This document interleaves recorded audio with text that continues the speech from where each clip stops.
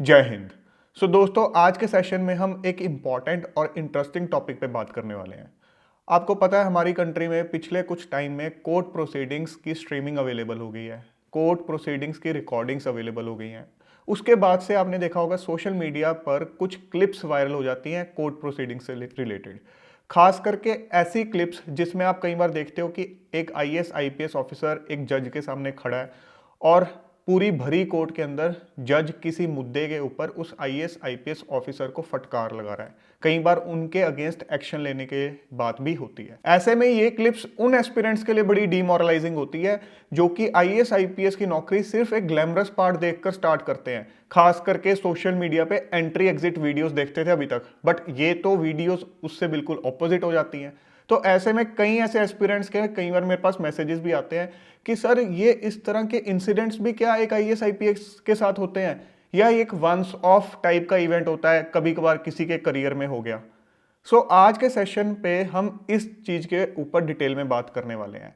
सिर्फ इसी चीज के ऊपर बात नहीं करेंगे आज के सेशन के थ्रू। एक तो आपको सिविल सर्वेंट्स के जो फंक्शनिंग है, जो उनकी डेली वर्किंग है, उसका एक हिडन एस्पेक्ट पता चलेगा, एक इंपॉर्टेंट एस्पेक्ट पता चलेगा जो कि हर एस्पिरेंट के लिए जानना इंपॉर्टेंट है कि फंक्शनिंग का जो ऐसी चीज जो यूजुअली आपको बताई नहीं जाती। साथ ही हम ये भी जानने की कोशिश करेंगे कि अगर इस तरह के इंसिडेंट्स एक सिविल सर्वेंट के करियर में काफी फ्रीक्वेंट होते हैं तो फिर जजेस के जो कुछ बच्चे हैं वो एक सिविल सर्वेंट क्यों बनना चाहते हैं, और साथ ही कुछ न्यूली अपॉइंटेड जजेस यूपीएससी की तैयारी करके आईएएस आईपीएस ऑफिसर क्यों बनना चाहते हैं। इन सारे क्वेश्चंस का आपको आज के सेशन में जवाब मिलेगा। साथ ही ये सेशन उनके लिए भी हेल्पफुल होगा जो कि कई बार इस कंफ्यूजन में आ जाते हैं कि मैं एक जज बनने की तैयारी करूं या सिविल सर्विसेज का एग्जाम दूं। ठीक है, बट होलिस्टिकली आज का सेशन सबके लिए इंपॉर्टेंट और इंटरेस्टिंग होने वाला है। देखो, सबसे पहले आपको एक इंपॉर्टेंट चीज समझनी होगी जो कि आप में से ज्यादातर लोगों को ऑलरेडी शायद पता होगी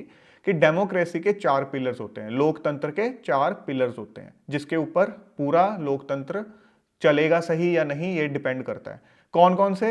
एक जुडिशरी, दूसरा लेजिस्लेचर, तीसरा एग्जीक्यूटिव मशीनरी, चौथा मीडिया। इनमें से अगर कोई भी यूनिट अपना काम प्रॉपरली नहीं करेगा तो कहीं ना कहीं डेमोक्रेसी खतरे में आ जाएगी, लड़खड़ा जाएगी। जिस एग्जाम की आप तैयारी करते हो, यूपीएससी या स्टेट सिविल सर्विसेज एग्जाम की तैयारी करते हो या किसी और गवर्नमेंट एग्जाम की तैयारी कर रहे हो, आप अल्टीमेटली किस चीज का एम कर रहे हो? आप एग्जीक्यूटिव मशीनरी में एंटर करने का एम कर रहे हो। एक ऐसी मशीनरी जो पूरा सिस्टम चला रही है, गवर्नमेंट सिस्टम चला रही है। बट क्या ये गवर्नमेंट सिस्टम वो अंधाधुंध चला सकते हैं, विदाउट एनी बाउंड्रीज चला सकते हैं? क्या उनकी पावर के ऊपर कोई बाउंड्री नहीं है? डेफिनेटली है। किस रूल के तहत उन्होंने काम करना है, क्या उनकी रेस्पॉन्सिबिलिटीज है जब कोई वो सीट संभाल के बैठे हैं सरकारी, वो कौन डिफाइन कर रहा है? लेजिस्लेचर। कानून जो बना रहे हैं, पॉलिसीज बना रहे हैं, तो वो आपके लिए बाउंड्री सेट कर रहे हैं, आपकी रेस्पॉन्सिबिलिटी सेट कर रहे हैं। अब उन्होंने सेट कर दी, आप उन रूल्स के अंदर रह के काम करोगे, बट ये चीज पे चेक कौन रखेगा? जुडिशरी और मीडिया। जुडिशरी का बहुत इंपॉर्टेंट रोल आ जाता है कि आप एग्जीक्यूटिव मशीनरी के ऊपर एक पूरा चेक रखो। बट वो जो चेक है वो कैसे होगा? जैसे मान लो आप एक सरकारी ऑफिसर हो, आप अपनी सीट पे बैठे काम कर रहे हो सकता है आपकी कोई रिस्पॉन्सिबिलिटी हो जो आपने टाइमली कंप्लीट नहीं की।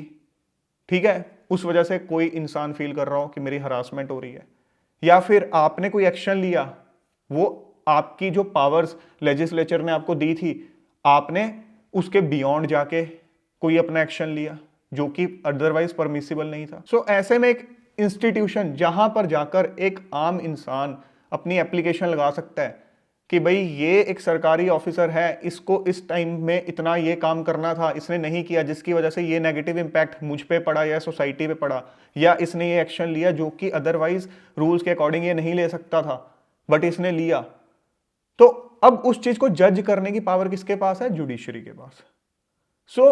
जो आप इस तरह की वायरल वीडियोस देखते हो जहां पर एक आईएएस आईपीएस को सामने खड़ा करके फटकार लगाई जा रही है, वो इसलिए लगाई जा रही है कि जज को उस सिचुएशन में लग रहा है कि इस आईएएस आईपीएस ऑफिसर ने या तो अपनी पावर्स जो इसको दी गई थी उससे इसने एक्सीड किया है, या फिर जो टाइम बाउंड मैनर में इसको कोई काम करना था वो काम इसने नहीं किया, जिसकी वजह से कोई एक इंसान या सोसाइटी बहुत ज्यादा नेगेटिवली इंपैक्ट हुई है।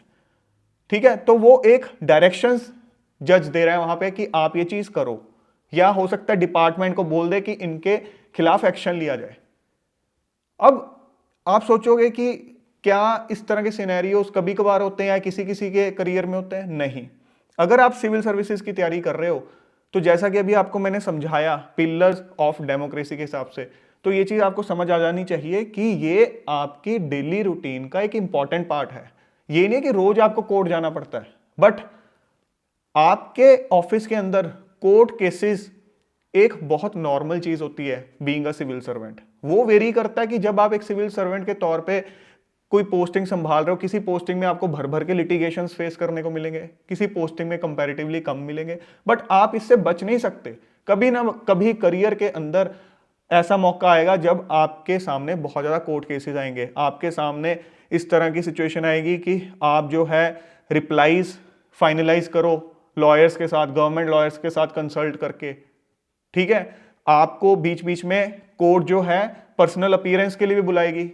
ये नहीं है कि हर केस में आपको बुला लेगी being a group A officer. पहले जो आपका निचला जो डीलिंग स्टाफ होता है वो अपने लेवल पर जो भी कर सकता है, आप कह सकते हो लॉयर के साथ कंसल्ट करना या बीच में आप लॉयर के साथ कंसल्ट करते हो, तो कुछ हियरिंग्स चल रही है। बट कई बार जब पानी सर के ऊपर से निकलना शुरू हो जाता है तो जज अल्टीमेटली जब देखता है कि इस तरह से बात नहीं बनेगी, जो रिस्पॉन्सिबल ऑफिसर है उसको सामने बुला के उससे जवाब लेना पड़ेगा या प्रेशर डालना पड़ेगा, तभी ये काम हो सकता है। तो जज आपको समन भेज देता है कि आप इन पर्सन अपीयर होगे। और इतना ही नहीं, यहां पे सिर्फ एसडीएम या डीएम लेवल की बात नहीं हो रही है। कई केसेस के अंदर जब बहुत सीरियस केस होता है, जब डीएम को बुलाकर भी काम नहीं होता, तो जज इस चीज से भी हिचकिचाते नहीं है कि वो secretary to the government of India के रैंक के ऑफिसर को भी समन कर लें।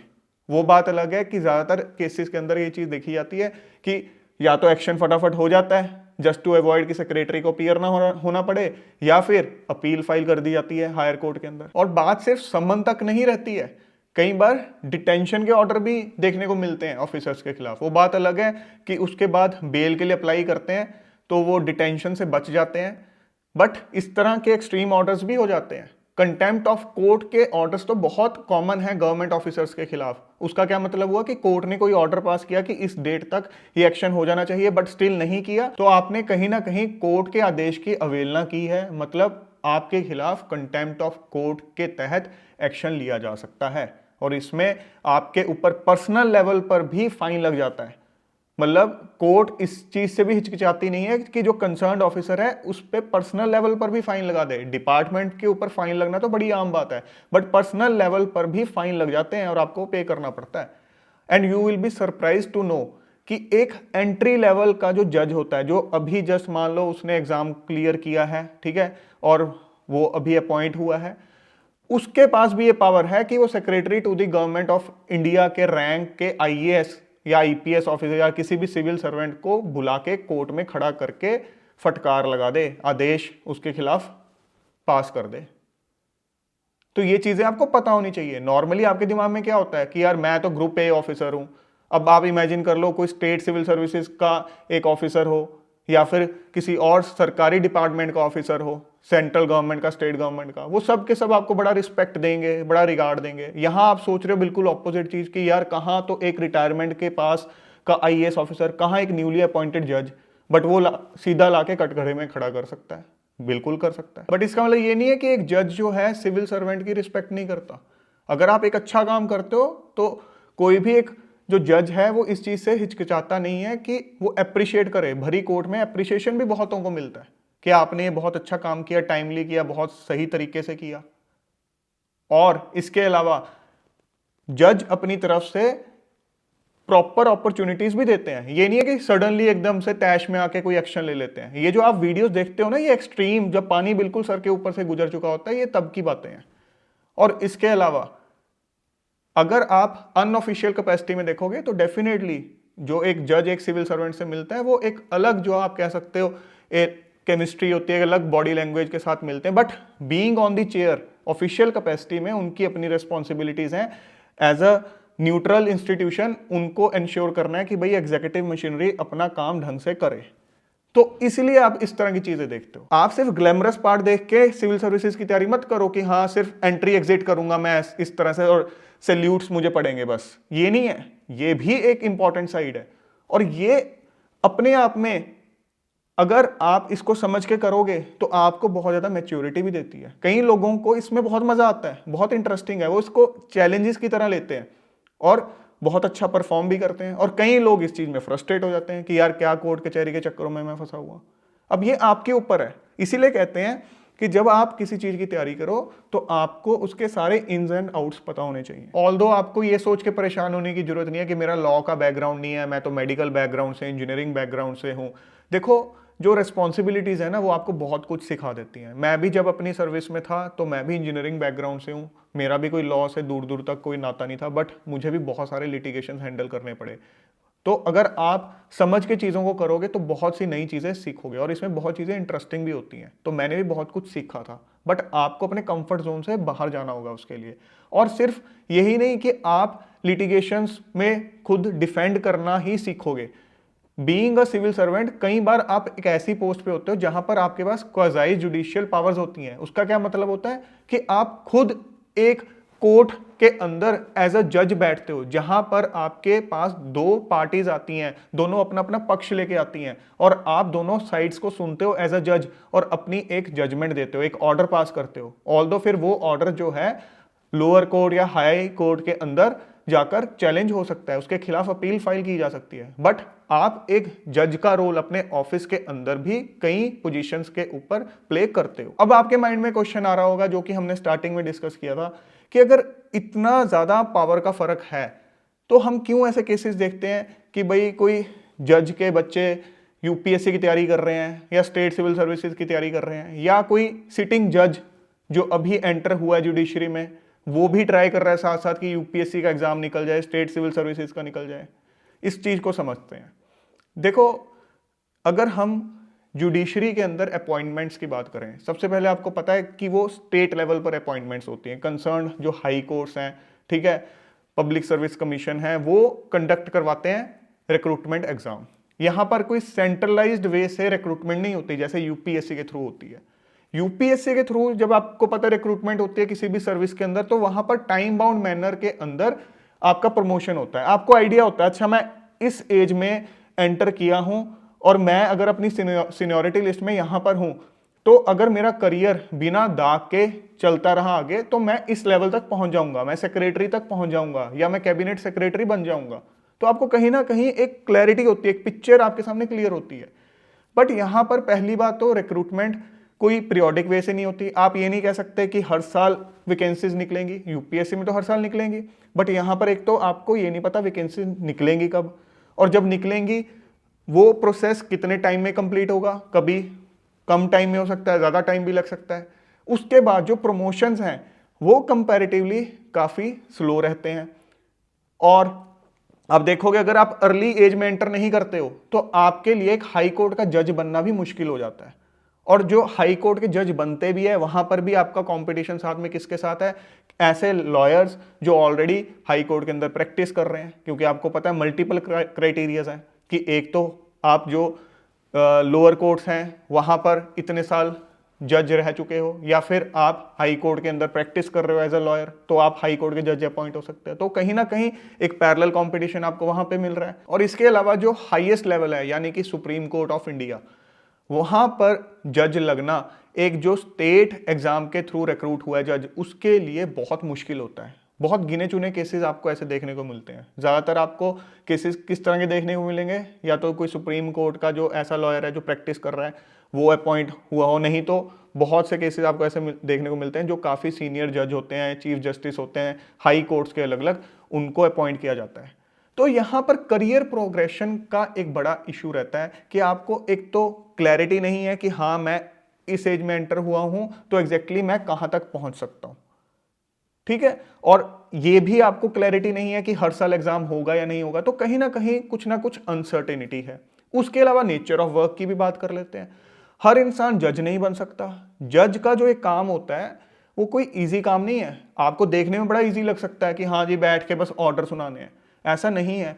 रोज जितने केस लगते हैं एक जज उनकी एक ब्रीफिंग लेता है, ठीक है, कि क्या बैकग्राउंड है केस का। आप सोच के देखो, अगर 50-60 केस लगे हुए हैं आपकी कोर्ट के अंदर रोज, तो उनकी पहले ब्रीफिंग लेना और उसके बाद सामने उस बहस को सुनना बिल्कुल अलर्ट माइंड के साथ, अलग अलग पहलुओं पर उन केसेस को जज करना और फिर जजमेंट सुनाना, ये अपने आप में बड़ा चैलेंजिंग काम है। और उसके बाद जब कोर्ट प्रोसीडिंग्स खत्म हो जाती हैं तो उसके बाद जजमेंट्स लिखवाना, ऑर्डर्स लिखवाना बहुत ड्रेनिंग काम है। देखने में आपको बहुत अच्छा लगता है, बहुत ईजी लगता है आपको, एक वकील का काम भी बहुत ज्यादा मुश्किल काम है, ठीक है। तो दूर से बहुत चीजें आसान लगती हैं, ग्लैमरस लगती हैं, ऐसे ही आईएएस आईपीएस की लाइफ भी आपको दूर से बड़ी आसान लगती है, जबकि ऐसा है नहीं है। तो हर एक के बस की बात नहीं है जज बनना, बहुत लिखत पढ़त करनी पड़ती है, और हर एक के बस की बात नहीं है एक आईएएस आईपीएस ऑफिसर बन के एफिशिएंटली परफॉर्म करना। तो हर एक बंदे की अपनी स्ट्रेंथ है, आपको अपनी स्ट्रेंथ जो है उनको पहचानना चाहिए। हो सकता है आपके लिए जज एक बेस्ट करियर हो सकता है आपके लिए एक आईएएस आईपीएस बेस्ट करियर हो सकता है आप बिल्कुल ऑपोजिट करियर में जाके एंटर कर गए हो, ठीक है। तो ये कुछ अनसर्टेनिटीज हैं जिसकी वजह से एक जज के जो बच्चे हैं, हो सकता है यूपीएससी की तैयारी करना चाहते हो, या एक जज ने फील किया हो यार मेरा करियर प्रोग्रेशन इतना अच्छा नहीं रहा, तो ठीक है मैं अपने बच्चों को इधर के लिए मोटिवेट करता हूं। और ऐसे ही आप देख सकते हो कोई एक सिटिंग जज है, वो फील कर सकता है कि यार मैं साथ में यूपीएससी की भी तैयारी कर लूं। तो इस तरह के आपको जो मिक्स्ड रिएक्शंस देखने को मिलते हैं। आपको कई इस तरह के लॉयर्स भी मिल जाएंगे जो कि हाई कोर्ट सुप्रीम कोर्ट में प्रैक्टिस कर रहे हैं, और उनको हो सकता है एक अपॉर्चुनिटी मिली हो जज बनने की, बट उन्होंने वो डिक्लाइन कर दी जस्ट बिकॉज उनको अपनी प्रैक्टिस पसंद है, उनको अपनी प्रैक्टिस में मजा आता है। क्योंकि अगर आप जज बन गए तो आपको पता कहीं ना कहीं बाउंडेशन तो होगी, एक लॉयर अपनी मर्जी से काम कर रहा है, और आपको पता है बहुत से ऐसे लॉयर्स हैं बड़े बड़े हमारी कंट्री के अंदर जो एक एक हियरिंग के लाखों रुपए लेते हैं, तो उनकी प्रायोरिटीज अलग हैं। तो हर इंसान को पता होना चाहिए मुझे किस तरह की लाइफ चाहिए, क्या मेरी स्ट्रेंथ्स हैं, क्या मेरी वीकनेसेस हैं, उसके हिसाब से आपको डिसीजन लेना होता है। सो ऐसे में आप में से जो लोग जो हैं इस चीज को लेकर कंफ्यूज भी होते हो ना कई बार कि मैं जुडिशरी की तैयारी करूं, इसकी तैयारी करूं, वो आपको देखना है कि आपके लिए राइट करियर ऑप्शन क्या है। दोनों ही बिल्कुल अलग ट्रैक्स हैं, आप दोनों की पैरेलल भी तैयारी कर सकते हो। यूपीएससी में लॉ ऑप्शनल ले लिया, उधर उसकी भी कर रहे हैं, ठीक है, जुडिशरी की भी तैयारी कर रहे हैं, इसकी भी कर रहे हैं, वो आपकी मर्जी है। और इवन मैं तो ये भी एडवाइस करूंगा आप में से बहुत लोगों को, जब आप सिविल सर्विसेज में मान लो एंटर हो जाते हो, अगर आपको बीच में अपॉर्चुनिटी मिलती है, आपको लॉ सीखना चाहिए। पार्ट टाइम एलएलबी की आप डिग्री भी ले सकते हो, ये चीज बहुत हेल्प करती है। ऐसा देखा जाता है हमेशा कि जो लोग लॉ बैकग्राउंड से सिविल सर्विसेज में आते हैं या पॉलिटिक्स में आते हैं, वो ज्यादा एफिशिएंटली काम कर पाते हैं, क्योंकि हर एक्शन, हर काम कहीं ना कहीं कानून से जुड़ा हुआ ही होता है। तो अगर आपको कानून की समझ होगी तो आप कॉन्फिडेंटली अपने एक्शन ले सकोगे कि हाँ इसमें मैं कोई वॉलेशन नहीं कर रहा, तो मैं ऐसे कर सकता हूं। नहीं तो हर एक एक्शन पे आप गवर्नमेंट काउंसिल को कंसल्ट कर रहे हो, और उसमें भी आपको नहीं पता सामने वाला जो है कितना ज्यादा अपने काम में माहिर है, तो आपकी कहीं ना कहीं डिपेंडेंसी है। वैसे तो जब आप अपनी सर्विस के दौरान प्रैक्टिकली लिटिगेशंस को हैंडल करते हो तब भी बहुत सारी चीजें सीख जाते हैं, क्योंकि असली चीज तो इंसान तभी सीखता है जब प्रैक्टिकली एग्जीक्यूट करता है। कागजों में या आप कह सकते हो किताबों से या डिग्री से चीजें नहीं आती जितनी आपको प्रैक्टिकली काम करके आती हैं। बट हाँ, एक डीप इनसाइट्स डेफिनेटली मिलते हैं, तो अगर अपॉर्चुनिटी मिले तो इंसान को कर लेना चाहिए, बट ऐसी कोई कंपल्शन भी नहीं है, ठीक है। सो फ्रेंड्स, आई होप आज के सेशन के थ्रू आपको पता चल गया होगा कि किसका क्या रोल है, और जिस तरह के आपको सिनेरियोस देखने को मिलते हैं वो क्यों मिलते हैं। हर करियर मैं हमेशा बोलता हूँ बहुत अच्छा है, परफेक्ट कोई भी नहीं है, हर एक के प्लस और माइनस हैं। ये आपको अपने ठंडे दिमाग से इवैल्यूएट करना है कि आपके लिए सही चीज क्या है।